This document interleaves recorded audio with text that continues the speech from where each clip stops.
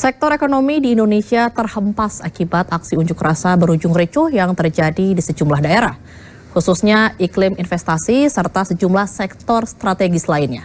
Seperti apa kondisi ekonomi Indonesia pasca demo yang berujung ricuh di kota-kota besar di tanah air?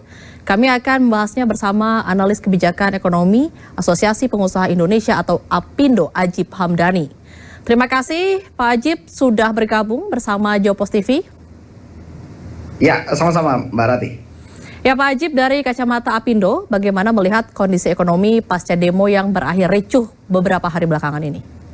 Mbak Rati, sebenarnya begini, dunia usaha ini sedang dalam fase optimis karena sebenarnya kita dalam fase tren yang sangat bagus. Indikator makro yang kita pakai adalah bagaimana pertumbuhan ekonomi di kuartal kedua kita mencapai 5,12% dan bahkan kemudian pada bulan Juli kemudian lanjut ke Agustus kemarin PMI manufaktur kita menunjukkan tren yang ekspansif. Artinya ini menjadi sebuah indikator-indikator secara kuantitatif bahwa ekonomi kita sedang dalam tren membaik.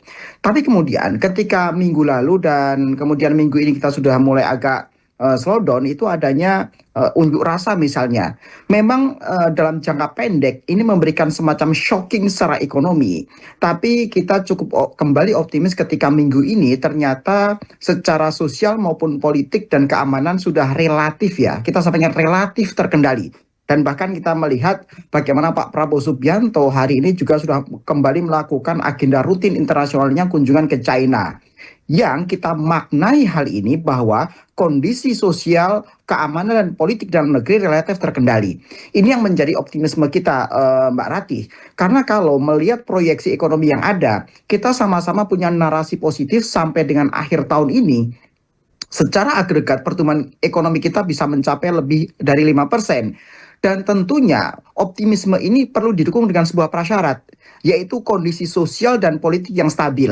Nah, inilah yang dalam seminggu terakhir menghadapi challenging, yang dalam seminggu terakhir menghadapi sebuah tantangan yang ada. Dan saya pikir ini menjadi sebuah tanggung jawab, ini menjadi sebuah PR buat kita semua. Bukan hanya masalah bagaimana TNI Polri, bukan hanya sekedar pemerintah, tapi juga dunia usaha, masyarakat, kaum akademisi, kaum intelektual, dan semua stakeholder agar kita kembali dalam track pertumbuhan ekonomi yang sama-sama kita harapkan, yaitu ekonomi yang stabil. Karena begini Mbak Rati, dalam konteks ekonomi, dalam konteks bisnis, dan dalam konteks investasi, itu ada dua hal yang akan menjadi perhatian utama. Hal pertama ini berbicara masalah stabilitas, berbicara masalah certainty, berbicara masalah keamanan. Dan ini menjadi sebuah prasyarat utama sebelum kita melihat bagaimana kondisi yang kedua, itu namanya berbicara berapa marginnya, berapa profitnya, berapa keuntungannya, dan lain-lain. Sehingga menjadi harapan besar kita bersama Mbak Rati, agar kita seluruh masyarakat sama-sama menjaga stabilitas sosial, ekonomi, dan politik bisa berjalan dengan baik. Itu yang menjadi harapan dunia usaha, Mbak Rati. Oke, jadi sebenarnya dunia investasi ini terpengaruh atau tidak dengan adanya demo yang berujung ricuh kemarin, Pak? Memang dalam kondisi seminggu kemarin kita cenderung wait and see, kita melihat tentang bagaimana perkembangan dan penanganan selama seminggu terakhir. Tapi ketika kita diskusi dengan rekan-rekan di private sector bahwa minggu ini ketika relatif bisa tertangani dengan baik, maka ini kembali memunculkan optimisme. Karena memang seminggu yang lalu ada beberapa if condition yang dilihat oleh investasi. Karena kan investasi ini kan, kalau kita lihat struktur bagaimana di kuartal kedua kemarin Mbak Ratih, bahwa pertumbuhan investasi ini mendorong secara signifikan sekitar 6,99% pertumbuhan ekonominya. Sangat luar biasa. Yang harapannya ini bisa kembali berlanjut di kuartal ketiga. Nah, ketika kita memasuki masa-masa bulan akhir Agustus dan awal September ini kan sayangnya terjadi konflik horizontal di bawah dengan adanya demonstrasi yang cenderung agak eskalatif dan dinamis. Nah, sehingga dalam seminggu kemarin kita cenderung wait and see. Tapi sekali lagi yang menjadi harapan kita adalah bagaimana investment, bagaimana investasi itu tidak lama wait and see-nya. Dan sekali lagi minggu ini kita menghadapi fase-fase yang kita kembali relatif optimis. Demikian Mbak Rati. Oke, untuk saat ini apakah perekonomian sendiri sudah mulai kembali membaik di tengah kondisi yang sudah mulai normal kembali begitu Pak? Ya, sebenarnya kita membutuhkan kajian lebih komprehensif tentang bagaimana membaik atau tidak. Karena begini, pertumbuhan ekonomi Indonesia ini secara signifikan bertumbuh pada yang namanya konsumsi domestik, Mbak Ratih. Kita sangat bertumbuh secara signifikan karena lebih dari 57% pertumbuhan ekonomi itu secara agregat ditopang oleh daya beli masyarakat. Sekarang kita bisa bayangkan ketika terjadi eskalasi demonstrasi di lapangan, coba kita cek deh bahwa kemarin keluhan dari teman-teman ojol misalnya mereka juga mengalami penurunan omset misalnya. Ini berbicara potret di lapangan. Belum teman-teman yang lain yang kemudian mereka membuka usaha secara fisik di lapangan mereka harus tutup misalnya. Kemudian sektor logistik yang juga terhambat. Yang ini sama-sama membuat kita menghadapi pelambatan ekonomi selama seminggu. Jadi kalau ditanya apakah ini berpengaruh, sudah pasti ini akan memberikan pengaruh dan sentimen negatif terhadap pertumbuhan ekonomi. Justru sekali lagi bagaimana kita sebagai masyarakat luas, karena ini ketika tidak tertangani dengan baik dan misalnya nih demonstrasi kembali eskalatif, maka yang dirugikan siapa? Seluruh masyarakat. Yang dirugikan pengusaha, yang dirugikan masyarakat, dan yang dirugikan itu adalah seluruh orang gitu. Bukan hanya bagaimana dunia usaha, tidak. Tapi ketika dunia usaha tidak berjalan dengan baik, maka potensinya apa? Investasinya juga tidak akan expand. Ketika tidak ada ekspansi usaha, maka penyerapan tenaga kerja juga akan kira-kira akan sementara akan terpospon misalnya. Nah, padahal sekali lagi harapan pemerintah kemarin Pak Prabowo Subianto sudah memberikan arahan cukup jelas kepada para teman-teman pengusaha bahwa teman-teman pengusaha fokus pada penyerapan tenaga kerja, pemerintah fokus menangani masyarakat miskin misalnya. Ini sebuah narasi yang sangat positif dan sangat jelas sebenarnya, Mbak Rati. Sehingga kita dunia usaha sangat fokus bagaimana dengan job creation. Kita sangat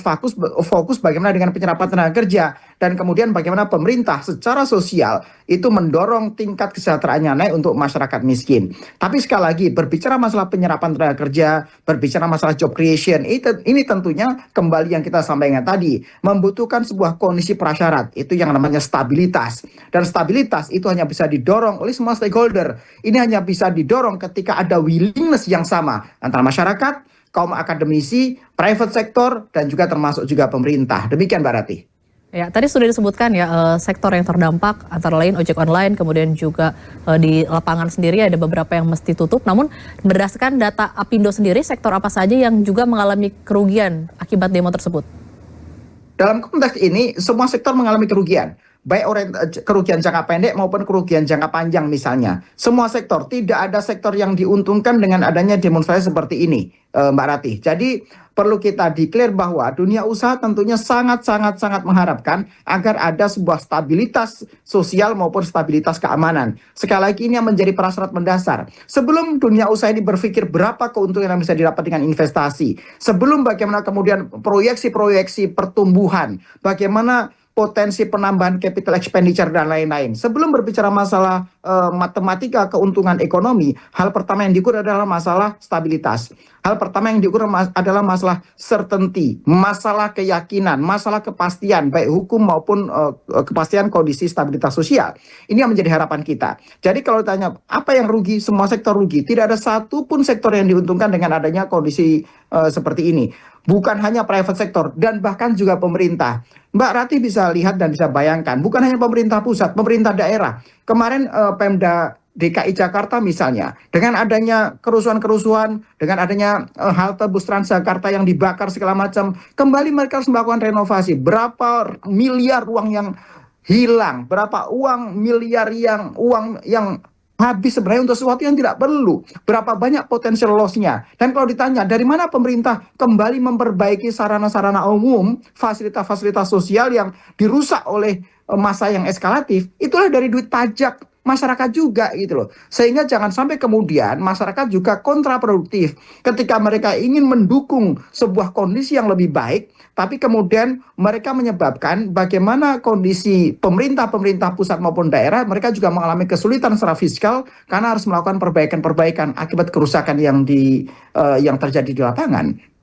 Jadi sekali lagi yang menjadi harapan kita bersama sekali tentang masyarakat tapi juga private sector punya optimisme dan punya harapan yang sama bahwa ketika dalam minggu ini sudah relatif manageable, sudah relatif tertangani, dan sudah ada sebuah titik temu tentang bagaimana tuntutan-tuntutan masyarakat. Karena begini, Apindo dan dunia usaha menghormati tentang bagaimana aspirasi-aspirasi dari seluruh masyarakat, tinggal bagaimana kemudian itu masuk dalam sebuah kerangka sosial yang sama-sama memberikan keuntungan buat kita dalam berbangsa. Demikian Mbak Rati.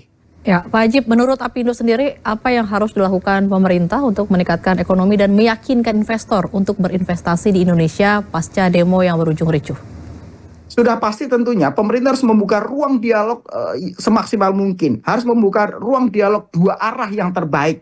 Sehingga bagaimana aspirasi dari masyarakat bisa tertampung, kemudian dievaluasi oleh pemerintah, dan itu menjadi masukan-masukan yang konstruktif buat pemerintah untuk bagaimana pemerintah dalam jangka waktu 5 tahun ke depan itu menjalankan pemerintahannya. Karena begini Mbak Rati, kalau kita lihat bagaimana gagasan besar seorang Presiden Prabowo Subianto dengan asta-citanya itu begitu luar biasa. Dan itu harus didukung oleh masyarakat luas. Tidak mungkin Presiden mempunyai visi yang luar biasa dalam konteks asta-cita dengan 8 program aksi yang begitu luar biasa untuk menuju kesejahteraan masyarakat, untuk membuat lompatan menuju Indonesia Emas 2045 selama 5 tahun ke depan, tapi kemudian tidak didukung oleh masyarakat. Nah, sehingga kemudian bagaimana ketika pemerintah itu bisa membuka ruang dialog yang terbaik, kemudian menjadikan masukan-masukan dari masyarakat sebagai bagian input untuk membangun sebuah regulasi yang produktif, membuat regulasi yang konstruktif, dan membuat regulasi yang menguntungkan buat masyarakat luas, buat dunia usaha, dan juga buat pemerataan. Demikian menjadi harapan kita, Mbak Rati. Oke, baik. Terima kasih telah bergabung bersama kami analis kebijakan ekonomi Asosiasi Pengusaha Indonesia atau Apindo, Ajib Hamdani.